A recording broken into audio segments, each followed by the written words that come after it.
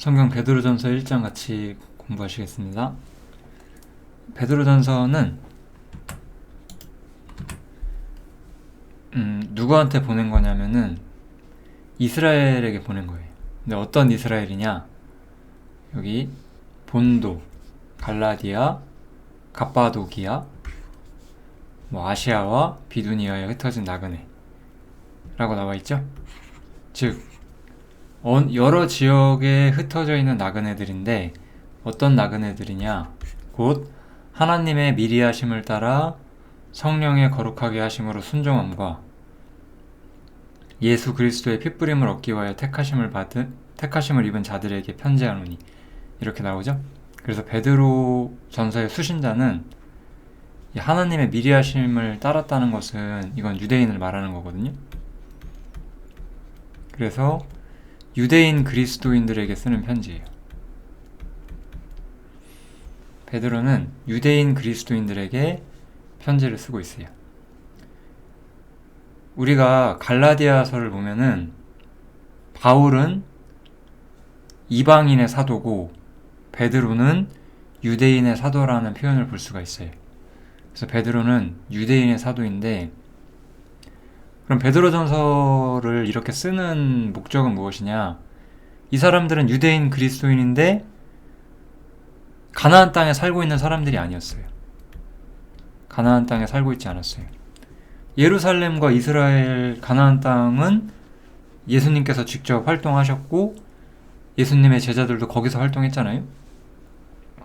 그치만 베드로는 우리가 성경을 보면 항상 예루살렘 근방에 머물면서 하나님의 일을 해왔다는 걸 우리가 볼 수가 있고, 특별한 시기에는 이제 그 전도를 위해서 예루살렘을 벗어나긴 하지만 근본적으로는 예루살렘에 계속 있었죠. 그래서 이제 이 이방인들이 사는 지역, 이 지역까지 퍼져 있는 유대인들에게 이 편지를 쓰는 거예요. 이게 베드로전서의 목적이다, 이렇게 생각을, 그 수신자다라고 생각을 하시면 될 것 같고요. 그 다음에 베드로전서의 어떤 핵심이 요약되어 있는 것이 바로 그 다음 구절에 이어지고 있어요. 어떻게 나오냐?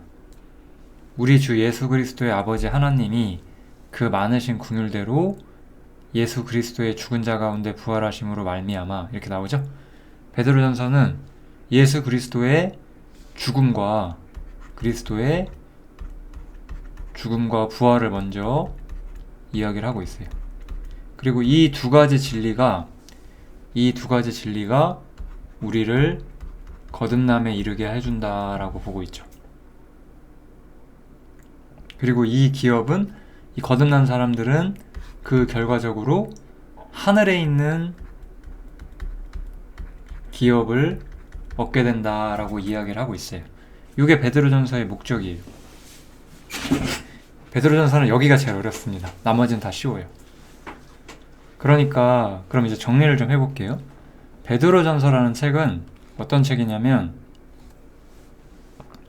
유대인들에게 쓴 책이에요. 그런데 왜 유대인들에게 이것을 쓰느냐? 유대인들에게 이런 이야기로 시작하는 이유가 무엇이냐? 유대인들은 근본적으로 다른 방식의 신앙 시스템을 가지고 있었어요. 유대인들은 어떤 사람들이었냐면, 유대인들은 자신들이 하나님이 택하신 백성이라고 생각했어요. 선민이라고 하죠. 하나님의 택하신 사람들이라고 생각을 했고, 이 땅에서 하나님의 영광과 구원을 얻을 거라고 믿고 있었던 사람들이죠. 그런데 베드로는 지금 무슨 얘기를 하고 있는 거냐면, 우리의 동포가, 우리의 동족인 대다수의 이스라엘과 대제사장들이 그 죽였던, 그 십자가 못 박았던 그 예수님이, 그렇게 너희가 죽였는데 그분이 부활하셨다. 그리고 이제 그분을 믿는 믿음 때문에 우리가 하나님 앞에 살게 되는 것이다 라고 전혀 다른 이야기를 하는 거예요. 즉 유대인들이 믿고 있었던 기존의 사상들은 전부 다 쓸모가 없게 됐어요. 왜냐하면 이들이 예수님을 거절했기 때문에 그런 거죠.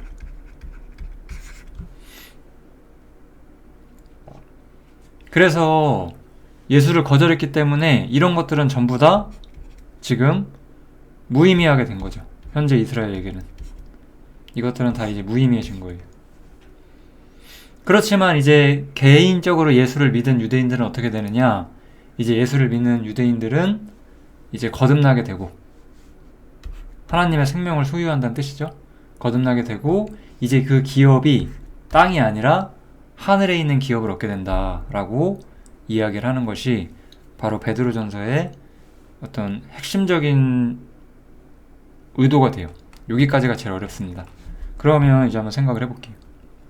베드로전서라는 책은 근본적으로 유대인들에게 쓴 책이고, 무엇을 쓰는 책이냐? 유대인들에게 이제 기존의 그들의 신앙, 쉽게 말해서 유대교라고 할게요. 유대교라는 것은 이제 무의미하다라는 것을 말하고, 이제 기독교를 가르치려고 하는 거예요.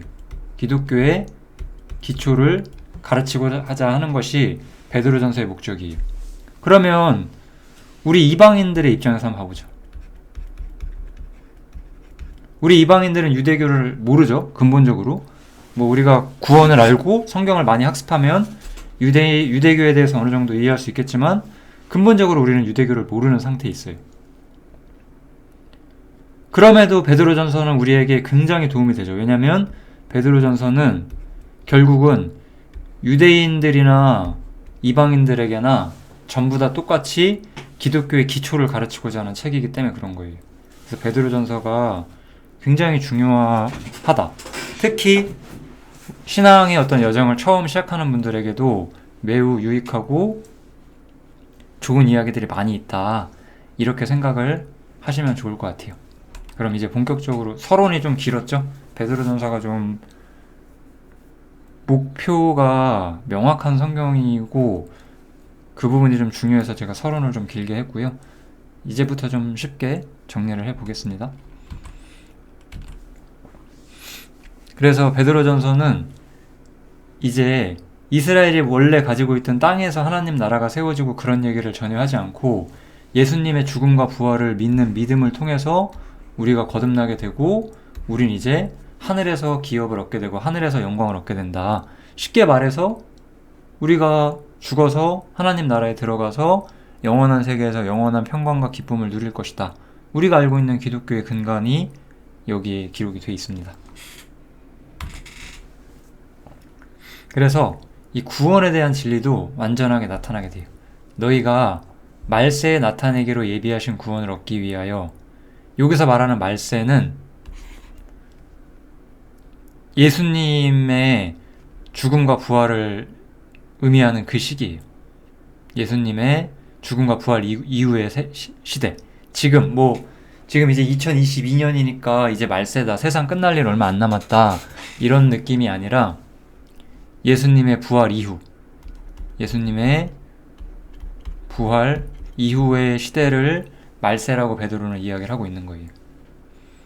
이 말세라는 의미는 유대교가 끝났다는 의미를 가지고 있는 거예요. 유대교라는 것이 끝난 다음에 이제 예수님의 부활 이후에 나타나기로 예비하신 구원을 얻기 위해서, 그래서 이 사람들이, 이 베드로가 말하는 이 구원은 유대인들이 생각하는 구원과는 달랐어요. 우리는 이제 근데 이제 그것이 얼마나 달랐냐, 뭐 이런 걸 우리가 깊이 이야기하는 게 아니라, 그래서 여기서 말하는 구원은 바로 여러분과 저의, 우리의 구원이죠. 이거는 결국 그래서 우리의 구원이에요.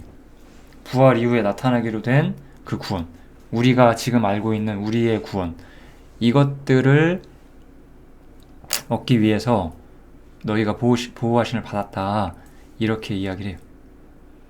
이 말세가 부활 이후라는 거를 좀 설명하기 위해서 이거 19절 정도 될 텐데 제가 미리 써놨어요. 이거는 여기 보시면, 그는 창세전부터, 예수님께서는 미리 알려지신 분이었어요.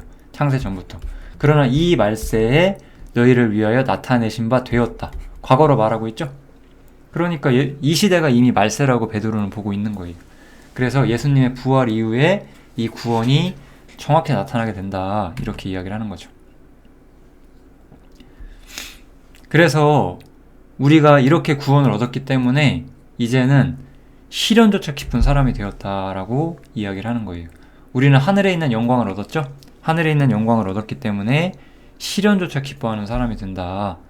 이렇게 이야기를 하고 있는 겁니다. 왜냐하면 이거는 사실 무슨 이야기를 하고 있는 거냐면 우리의 구주이신 우리에게 구원을 가져다 주시는 예수님께서 사실 죽으시고 부활하셨다는 거예요. 그러면 우리에게 시험과 연단이 와요. 유대인들에게도 사실 그랬겠죠? 시험과 연단은 우리에게 죽음과 같은 것이었어요. 그렇지만 그 죽음은 우리에게 끝이 아니라 우리에게 더 완전하고 새로운 부활을 가져다 줘요. 그러니까 시련과 시험과 어려움조차 이제 우리 믿는 사람들에게는 즐거움이 될 수가 있다는 거죠. 왜냐하면 지금은 우리가 나그네로서 이 땅에서 시련을 겪을지라도 예수님께서 나타나실 때, 이거는 주님의 재림을 말하는 거죠. 주님이 재림하실 때에는 칭찬과 영광과 존귀함을 우리가 얻게 될 것이기 때문에 그래서 우리가 시련조차 기뻐할 수 있는 사람이 되었다. 이렇게 말을 해주고 있어요. 여기가 이제 베드로전서 1장의 가장 핵심적인 구절이라고 볼 수가 있어요. 예수를 너희가 보지 못하였으나 사랑하는도다. 왜냐하면 여기 이제 이스라엘이라는 나라가 이렇게 있었잖아요. 이렇게 지중해가 이렇게 있으면은요, 여기가 지중해인데 지중해 끝에 이스라엘이라는 나라가 이렇게 있어요. 근데 아까 말했던 아시아 비두니아는 이쯤 이렇게 떨어진 나라들이에요. 여기 터키 지역을 말하는 건데, 그러니까 이미 이 사람들은 이스라엘에서 멀리 떨어져 있었던 사람이기 때문에 예수를 보지 못했어요. 원래 수신자들이 유대인이니까. 그러면 저기 이 소아시아 사람들도 예수님 못 봤는데 시대가 다르고 이렇게 극동지방인 한국에 살고 있는 여러분과 저는 당연히 예수님을 보지 못했죠. 게다가 우리는 시대도 다르죠. 그렇지만 우리는 예수님을 사랑한다는 거예요. 이게 바로 베드로전서가 가진 특성이에요. 우리가 이방인이라도 우리가 이 베드로전서의 직접 수신자인 유대인이 아닐지라도 베드로전서는 너무나 우리한테 와닿죠. 우리가 예수를 보지 못했지만 사랑해요. 이제도 보지 못하지만 믿고 말할 수 없는 영광스러운 즐거움으로 기뻐하는데 그 기쁨이 뭐죠? 믿음의 결국 곧 영혼의 구원을 받음이라고 이야기를 하고 있는 거예요. 그래서 기독교의 뿌리는 바로 예수님을 믿음으로써 영혼이 구원을 얻는 거예요. 이것은 우리한테는 굉장히 익숙한 개념이에요. 이 영혼의 구원이라는 개념은 이방인들에게는 처음부터 이 주제를 먼저 배우기 때문에 굉장히 익숙하다는 거예요. 여러분들은 대부분 영혼의 구원에 대해서 우리가 죽으면 하나님을 만나게 되고 심판을 받게 되지만 예수님이 우리의 죄를 위해서 죽어주셨고 그래서 우리는 심판을 받지 않는다는 이 영혼의 구원이라는 주제를 아주 깊숙이 많이 배우셨을 거예요. 그렇지만 이 영혼의 구원이라는 개념은 이 당시 유대인들에게는 상당히 생소한 개념이었어요. 그래서 베드로는 기독교를 소개하는 거예요. 한마디로. 사실 하나님을 믿지 않는 이방인들, 이 구원받은 이방인들이 아니라 하나님을 믿지 않는 이방인들한테는 구원이란 문제가 생소하잖아요. 마찬가지로 또한. 그래서 베드로는 우리가 영혼의 구원을 받은 사람들이고 이 영혼의 구원이라는 것이 우리에게 믿고 말할 수 없는 영광스러운 즐거움으로 기뻐하게 해준다라고 말을 하는 거예요. 그래서 저는 사실 제가 바울 서신을 먼저 많이 강론을 했기 때문에 바울 서신에서는 이런 이야기보다 더 좀 심층적인 이야기를 많이 하거든요. 바울 서신에서 말하는 기쁨과 여기서 말하는 기쁨은 정확히 동일하진 않아요. 그렇지만 여기 나오는 이 모든 거듭난 성도, 거듭난 지 하루만 돼도 가질 수 있는 모든 사람, 우리 모든 그리스도인들의 공통된 어떤 그 결과물, 그게 뭐죠? 영광스러운 즐거움이, 믿음의 결국 곧 영혼의 구원을 받음으로써 이 영광스러운 즐거움을 소유하게 되었다라고 보는 거죠. 우리 그리스도인 형제들 중에서는 때로는 자신의 개인적인 문제 때문에 시험을 받거나 뭐 환난을 경험하거나 혹은 로마서 7장 상태에서 이렇게 답을 찾지 못하고 좀 어려움을 겪으실 수도 있어요. 여러 가지 케이스가 있어요, 우리 삶에. 그렇지만 어떤 그리스도인이든지 간에 다 공통적으로 소유하는 것이 뭐죠? 바로 이 영혼의 구원을 통한 영광스러운 즐거움이에요. 저는 이것을 잊지 않으셨으면 좋겠어요. 너무 우리가 신앙의 성장이라는 문제에 골똘함으로써 나의 시작점을 잊어버리는 것은 별로 좋지 않다고 저는 생각하거든요. 저도 로마서 7장도 경험하고 육신을 배우는 시절도 경험하고 많은 일들을 경험하며 지금까지 살았지만 그냥 매일매일 이 영광스러운 즐거움으로 기뻐할 수 있는 힘을 계속해서 가지고 있었어요. 영혼의 구원, 우리 믿음의 결국으로 받는 영혼의 구원, 이것 때문에 우리가 영광스러운 즐거움을 항상 가질 수가 있는 거잖아요. 우리의 죄가 용서되었고 우리가 심판에 들어가지 않고 우리 영혼이 구원받았다는 거. 아직 우리의 완전한 구원이 일어나진 않았어요.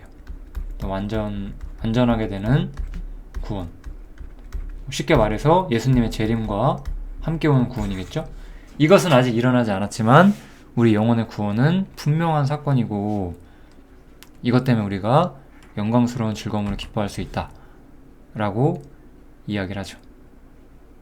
그래서 이 구원은 바로 앞에서 말했던 영혼의 구원이죠. 이 영혼의 구원이라는 문제는 너희에게 임할 은혜를 예언하던 선지자들이 연구하고 부지런히 살펴서 자기 속에 계신 그리스도의 영이 받으실 고난과 후에 얻으실 영광을 미리 증거하여 어느 시 어떠한 때를 지시하시는지 상고했다. 이렇게 나오고 있거든요. 이게 그래서 무슨 말이냐면은 구약 성경이라는 책이 있어요. 그죠? 우리는 구약이라는 거대한 분량의 책이 있는 걸 볼 수가 있어요. 이 구약에서는 많은 이야기들이 나와요. 구약은 이스라엘의 어떤 역사, 이 역사 속에서 하나님이 이스라엘을 어떻게 통치하시는지, 그 다음에 이스라엘의 죄로 인한 실패가 나오게 되고 그 실패 가운데서 다시 한번 하나님께서 이스라엘을 세우시겠다는 예언들도 나오게 되죠. 그래서 이 예언을 통해서 마지막 시대에 주님께서 이스라엘에게 영광을 준다는 것, 이스라엘이 땅에서 받는 영광을 이야기를 하는 거예요. 이런 이야기들이 써있는 책이 바로 그 구약 성경이었어요. 그런데 지금 베드로는 무엇을 이야기하는 것이냐? 베드로는 지금 무슨 얘기를 하고 있는 거냐? 이 너희에게 임할 은혜를 예언하던 선지자들이 이 구원에 대해서 말하는데 이 영혼 구원이라는 것은 그래서 이 이스라엘의 영광과는 다른 주제로서 이 영혼의 구원이라는 주제를 선지자들이 인식하고 있었고 선지자들이 이것에 대한 이야기를 남겨놨다. 그래서 그 선지자들의 글에는 예수님의 죽음과 부활이 기록되어 있는 것이다 라고 이야기를 하는 거죠. 그러니까 구약 성경은 두 가지의 내용이 나온다는 걸 우리가 분명히 볼 수가 있어요. 이스라엘이 원래 처음부터 조상들 아브라함에게 약속하신 그 약속대로 이스라엘이 이 땅에서 영광을 얻는 그 이야기랑 이 영혼 구원을 위해서 예수님께서 죽으시고 부활한다는 이 이야기가 같이 기록되어 있다는 거죠. 그래서 여기서 말한 이 구원은 이스라엘의 구원이 아니라 영혼의 구원이에요.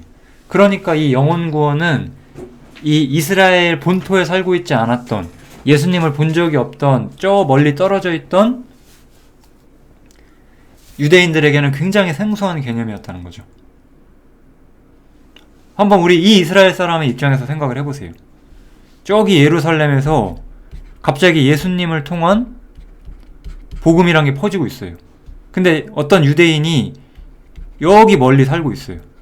이 사람은 당연히 유대교이기 때문에 구약 성경을 믿고 이스라엘이 땅에서 영광을 얻을 날을 기다리고 있어요. 그런데 어느 날 갑자기 예수라는 분이 죽으시고 부활했다고 하면서 그것에 대한 복음이 이렇게 퍼져가는 거예요. 그러다가 어느 날 이 사람한테 그게 도달을 해요. 그러면 당황스러울 거잖아요. 뭐지?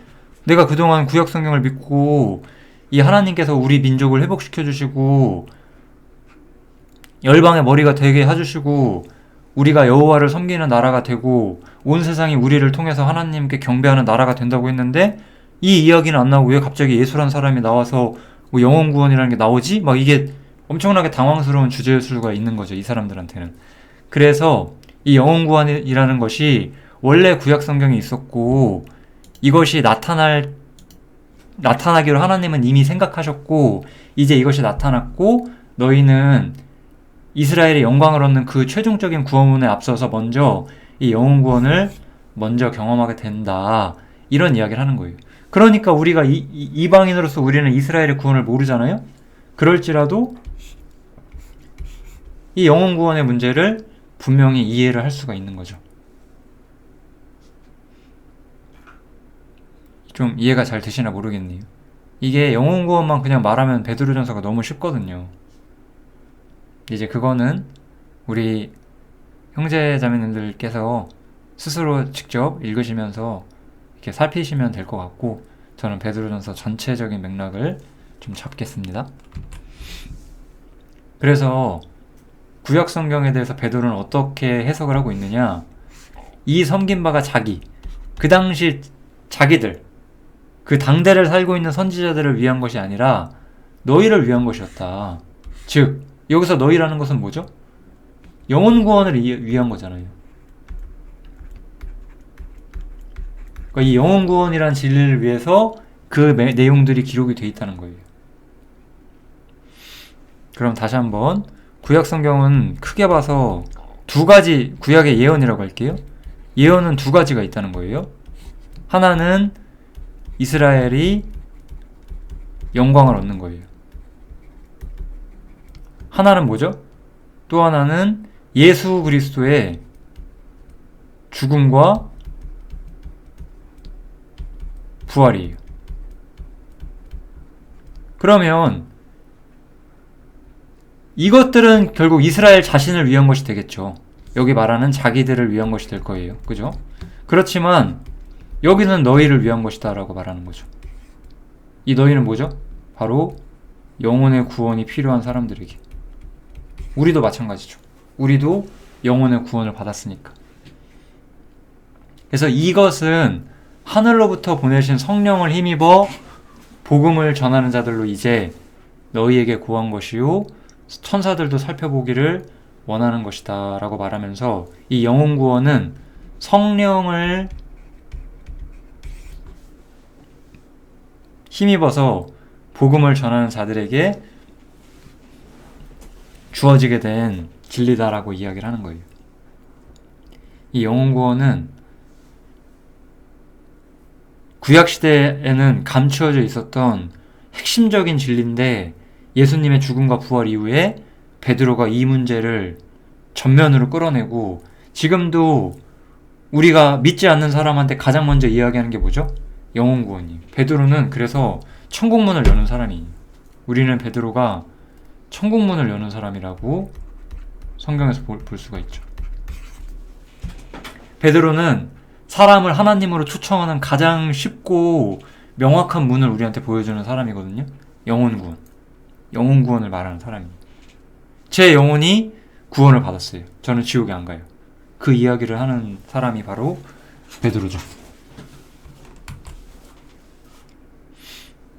그렇지만 헌신하고 허리를 동이고 근신하고 살아라. 왜냐하면 예수 그리스도께서 재림을 분명히 하실 것인데 그때가 되면 너희에게 가져올 은혜, 최종적인 구원 역시 이스라엘을 말하는 거예요. 여기선 특별히 우리 역시 주님이 재림하시면 영원한 하늘에서 영원한 기업을 누리겠지만 그 이야기는 베드로가 아니라 바울이 하는 것이고, 베드로는 이스라엘에게 예언된 최종적인 구원이 역시나 남아있다라고 이야기를 하고 있죠.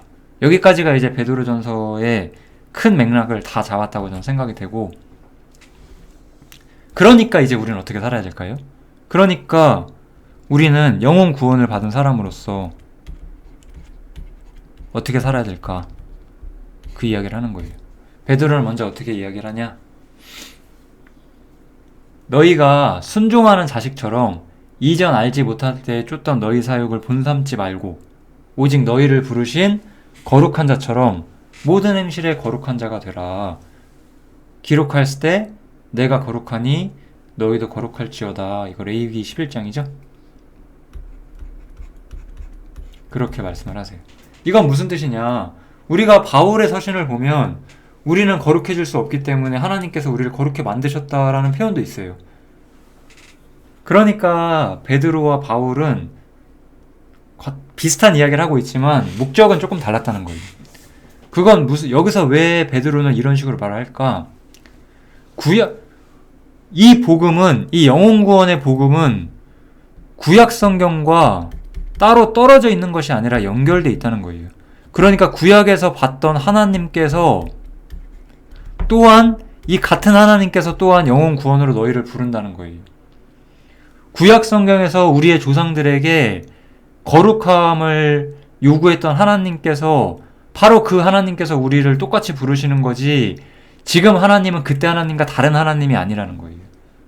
그러니까 하나님은 여전히 죄를 미워하시는 분이고 여전히 악을 심판하시는 분인 게 동일하기 때문에 우리가 어떻게 살아야 되느냐를 말할 때 우리는 거룩을 추구하는 사람, 죄와 악을 미워하는 사람이 당연히 돼야 된다고 말을 하는 거예요. 이 거룩이라는 단어의 핵심이 뭐죠? 거룩이라는 단어의 핵심은 항상 구별이에요. 구별. 따로 떼어두는 것. 그래서 이스라엘이라는 나라는 열국, 우상을 숭배하던 열국에서부터 따로 나왔어야 되는 그런 곳이었어요. 그럼 이제 우리들 그리스도인들은 어떤 사람들이죠? 우리 그리스도인들은 세상에서 구별돼야 되는 사람들이죠. 더 이상 세상에서 세상 사람들처럼 살 수가 없이 우리가 구원을 받은 거예요. 그게 우리가 영혼 구원을 받았고 모든 행실에 거룩한 자가 되어야 할 우리가 생각해야 되는 가장 기초적인 시작점이에요. 세상과 구별돼야 된다는 것. 죄와 악을 미워하시고 세상에서 끊어지신 예수님처럼 우리는 세상과 구별되는 사람이 되어야 된다는 거죠. 같은 하나님께서 우리를 부르셨으니까. 우리가 영혼의 구원을 받았고 영원한 천국을 바라는 사람인데, 이 세상에서 세상 사람들이, 그리고 하나님을 믿지 않는 사람들이 자기 사욕을 쫓아 사는 것처럼 우리가 그렇게 살면 되겠어요? 그럴 수가 없다라고 베드로가 이야기를 하는 거예요. 하나님은 어떤 분이셨죠? 하나님은 사람을 외모로 취하시는 분이 아니셨고 그 사람의 마음과 행위를 쫓아 심판하시는 분이셨어요. 그런 분을 너희가 아버지라고 여전히 부른다면은 너희는 어떻게 살아야 될 것이냐? 나그네로 지내는 거고, 경건한 두려움, 이거는 하나님을 무서워하라는 뜻이 아니죠? 경건한 두려움을 가지고 조심하면서 근신하면서 매일을 살아가야 할 것이다. 이렇게 이야기를 하는 거예요. 우리에게 인생은 결코 가벼운 것이 아니에요. 우리는 나그네로 사는 시절을 두려움으로 지내야 돼요. 바울 사도는 이런 식으로 말하진 않아요. 하지만 우리는 먼저 이런 부분들이 철저하게 정립되어 있을 필요도 있습니다. 너희는 어떤 사람들이냐? 너희가 알거니와 너희 조상의 유전한 망령된 행실에서 구속된 것은 은이나 금같이 없어질 것이 아니다 라고 말하죠. 구약 성경에서 이스라엘의 조상들은 짐승으로 제사를 드렸어요. 근데 이 짐승으로 제사 드린다는 건 뭐죠? 짐승을 살려면 돈이 필요해요. 그래서 우리는 성경에서 돈을 통해서 짐승을 사고 그 짐승을 제사로 드림으로써 일시적인 구원의 예표를 실현했던 이스라엘을 보잖아요. 그것과 다르게 우리는 흠없고 점없는 어린 양이셨던 그분과 같은 그리스도의 보배로운 피로 우리가 구속을 받았다라고 말하죠.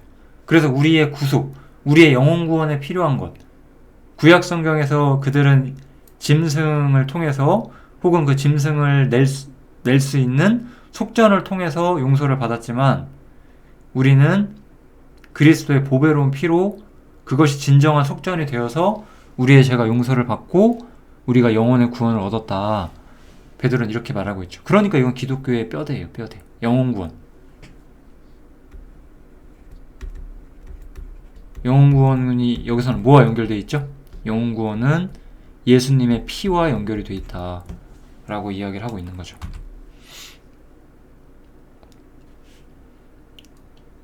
그는 창세전부터 미리 알리신 바 된 자나 이 말세에 너희를 위하여 나타내신 바 되었으니 너희는 저를 죽은 자 가운데서 살리시고 영광을 주신 하나님을 그리스도로 말미암아 믿는 자니라고 말하죠.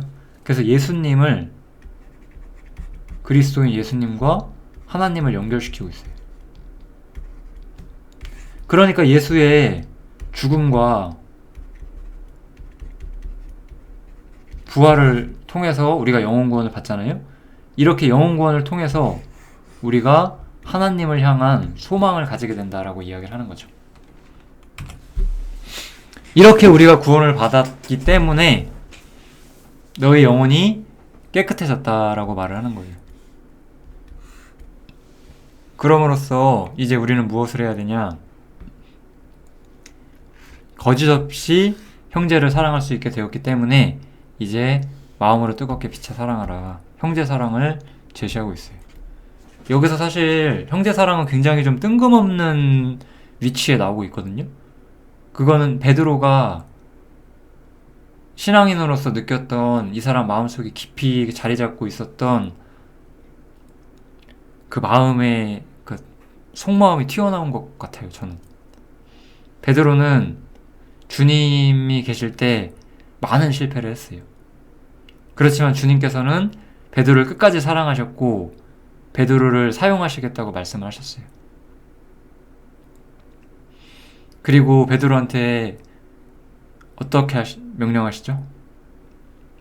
내 양을 먹이라라고 말씀을 하시죠. 베드로는 그렇게 주님이 자신에게 해줬던 것을 너무나 깊숙이 느끼고 있었고 형제에게 하는 것이 얼마나 중요한 문제인가를 정말로 깊이 느꼈기 때문에 영혼 구원이라는 진리가 들어오자마자 바로 형제 사랑이 너무나 중요하다는 이야기를 해주고 있는 것 같아요. 이번에는 거듭남을 연결시켜요. 이제 그래서 너희가 거듭난 것은 썩어질 씨로 된 것이 아니다. 썩지 아니할 씨로 됐는데 그것이 무엇이냐? 바로 하나님의 말씀으로 되었다라고 말하는 거예요. 이 거듭난다는 문제도 원래 이 거듭남이라는 거는 이스라엘의 회복과 관련된 단어거든요. 이스라엘이 회복을 하는 거. 이 문제가 원래 거듭남이라는 단어의 본래 목적이에요. 에스겔 성경 36장에 나오는 이 이스라엘 회복이 바로 그 거듭남이라는 용도를 쓰는 건데 이제 거듭남이라는 것은 그렇게 이스라엘이 국가적으로 회복하는 게 아니라 우리가 하나님의 살아있는 말씀을 통해서 살아나게 되는 것, 새 생명을 얻고 살아나게 되는 것. 왜냐면 이때 이스라엘 민족이 새 생명을 얻게 되거든요. 이렇게 최종적으로 새 생명을 얻는 게 아니라 지금 우리가 믿을 때, 지금 우리가 믿음으로 새 생명을 이미 얻었잖아요. 그것이 하나님의 말씀을 통해서 된다라고 말을 하는 거예요. 그래서 우리가 말씀으로 거듭난다라고 이야기를 하는 거죠.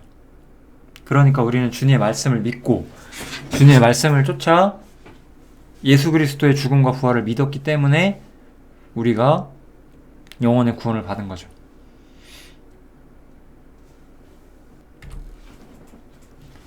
우리는 이제 하늘에 있는 영광을 추구하는 사람들이고 이스라엘도 이제 그것을 받아들여야 되는 사람들이 되었어요. 그렇기 때문에 이 땅에서의 영광은 다 풀의 꽃과 같은 거였어요. 땅은 다 이렇게 돼요. 땅에 있는 것들은 풀은 마르고 꽃은 떨어져요. 그렇지만 이 주님의 말씀은 세세토록 있고 이것은 우리에게 영혼 구원을 가져다 주죠.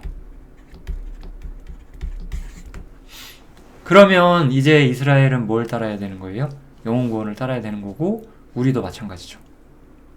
사실 우리는 원래 지상에서 하나님의 나라가 세워진다는 사상이 없어요. 이스라엘을 제외한 어떤 나라에도 그러한 개념이 없기 때문에 우리는 바로 영혼 구원을 배워요. 그렇기 때문에 베드로전서가 어렵습니다. 왜냐면은 이해하기를 왜 이렇게 어렵게 하는 것인가 생각이 들거든요.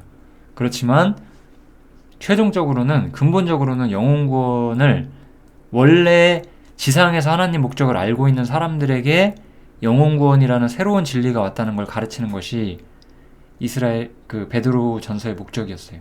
그렇다면 우리는 어떻죠? 우리는 처음부터 영혼 구원을 배웠고 영혼 구원을 배운 사람들에게 필요한 건 뭐예요?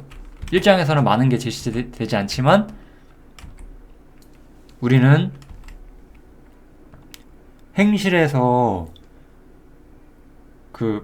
주님이 우리를 부르신 것처럼 우리가 거룩한 두려움으로 거룩을 추구해야 되고 나그네로 있을 때를 두려움으로 지내야 되는 거죠. 그리고 형제를 사랑해야 된다는 거예요.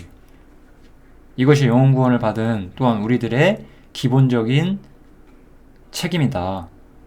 우리가 이렇게 볼 수도 있겠죠.